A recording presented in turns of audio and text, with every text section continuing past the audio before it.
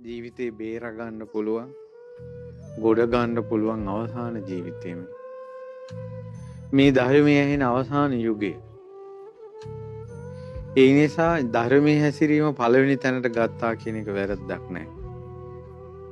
රුවන්වැලි සෑයේ ජයතිරි මහ බෝධීන් වහන්සේ, දළදා වහන්සේ, ධාතුන් වහන්සේලා, බෝධීන් වහන්සේලා, සංගරුවන ඇහෙන බණපද ඔක්කොම මේ රටේ තියෙනවා.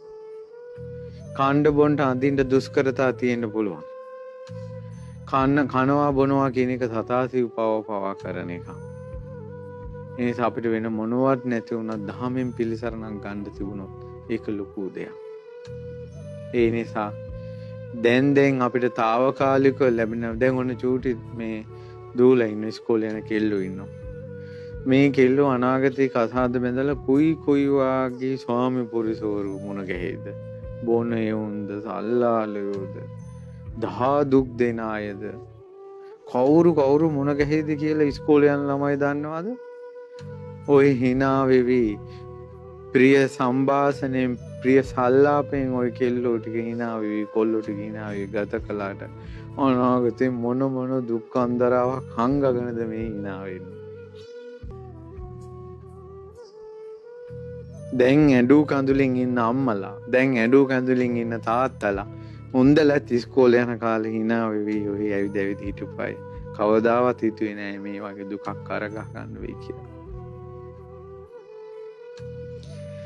ඒ නිසා අපිට පේන පැත්තට වැඩිය නොපෙනෙන පැත්ත ගොඩාක් දුරයි, දිගයි, පළලයි. ඒ නිසා මේක දැන් අපිට මේ පැයකින් වගේ මේ හැම දෙයක්ම කියලා දෙන්න අමාරුයි. නමුත් මේ බුදුබණ පදයේ තුල ඔක්කොම තියෙනවා. ඒ කියන්නේ සංසාර දුකේ නිදහස් වෙන්න මහන්සි වෙන්නේ නැති කෙනාට තමයි ප්‍රමාදී වුණ කෙනා කියලා කියන්නේ.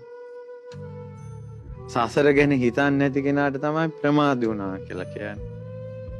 මැරෙනවා කියලා සිහි කරන්නේ නැති කෙනාට තමයි ප්‍රමාද වුණා කියලා කියන්නේ.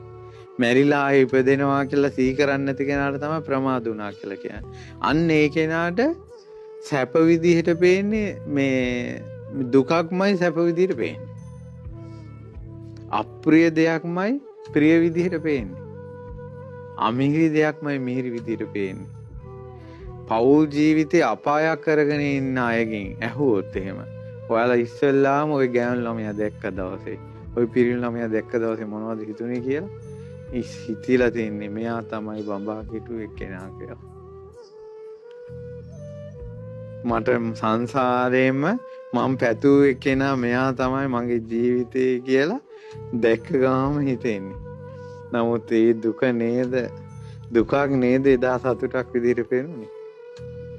දැන් අර බෙල්ලක් කපපු දරුවාගේ අම්මා හිතන්නකෝ. ඒ දරුවට කොච්චර ආදරේ නිසාද ඒ දරුවට සැප සම්පත් දෙන්න රට ගිහිල්ලා අම්බු කර එව්වි.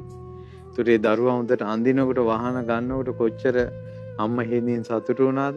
ඒ අම්මා සතුටු වුණේ යම් දවසක බෙල්ලක් කැපිලා ඔහි මැරිලා යන දරුවෙක්ගේ දුකකට නේද අර සතුටු වුණේ.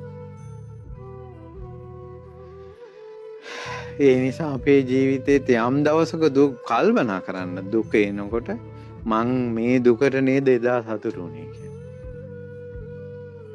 මේ දුකට නේද එදා සතුටු වුණේ කියලා හිතන්න.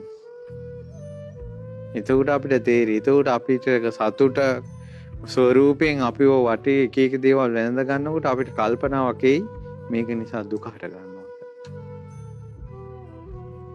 එහෙම වුණොත් හිත ටිකක් මෝරනවා. ඒ නිසා ලද සම්පතින් අපි ප්‍රාර්ථනා කරන නොපිරිහෙවා. සැප සම්පත් ඔයාලට පිරිහෙන්න එපා.